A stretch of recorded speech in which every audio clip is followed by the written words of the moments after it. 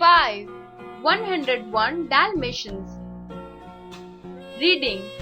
This is an interesting instance about a group of dogs who were stolen by a dog napping gang and rescued by an army dog and his friend.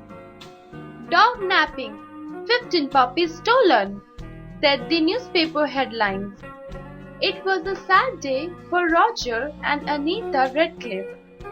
Only yesterday, they, the proud owners of 17 beautiful Dalmatians. Now, only 2, Pongo and Perdita, remained. They were heartbroken and unhappy. "I'm afraid we have done everything possible to find the puppies," said Roger sorrowfully.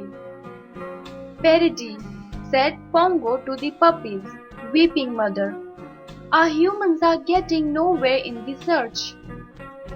But I have a plan. The twilight bark. It's the fastest way to send news. If the London dogs have seen our puppies, they will let us know. We will send word tonight." When the Radcliffes took Pongo and Perdita to the park that evening, Pongo barked the alert. He waited for an answer. Then he barked the news of the stolen puppies and asked for help. Far out in the country, the barking reached the shaggy ears of Colonel, a retired army dog, and his friend, a cat called Sergeant Tibbs. 15 puppies, exclaimed Sergeant Tibbs. "That's odd. I heard puppies barking down at that old deserted mansion.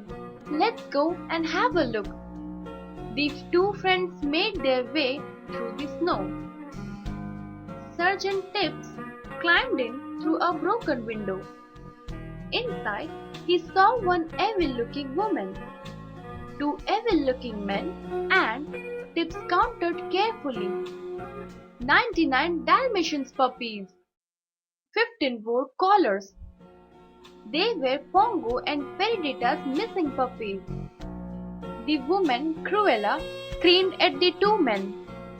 "The job must be done tonight." "But the pups aren't big enough," answered one of the men. "You couldn't get a dozen fur coats out of the whole lot of them." "Oh my," thought Sergeant Tibbs. "Those puppies are going to be made into coats. I have got to tell the colonel." He crept silently out to where his friend was waiting. The colonel immediately sent a message that the puppies had been found. When the message reached Pongo and Perdita, they ran to rescue the pups. They reached the mansion. The puppies were whimpering inside. Pongo and Perdita jumped into the room.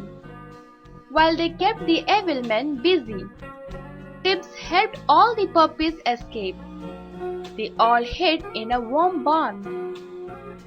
"Are all 15 of you here?" asked Pongo. Then he noticed that the barn was filled with dozens of other puppies. 99 of you?" gasped Pongo. "Most of us were bought at pet shops," said one puppy.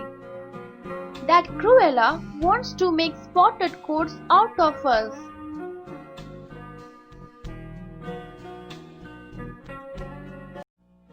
Suddenly, they heard a distant message being barked to them. The message was from a big black Labrador who had a hiding place for the Dalmatians. He led them to a deserted blacksmith shop.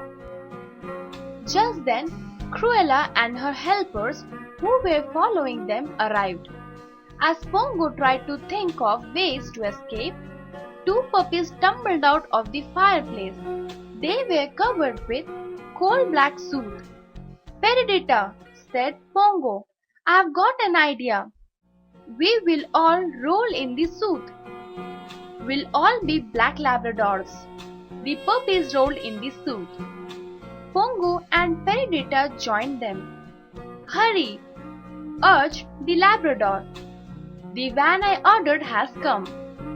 The army of puppies marched into the van and went past Evil Cruella. She looked at them suspiciously. Then Cruella's eyes widened. As the last puppy got into the van, a lump of melting snow fell on its head.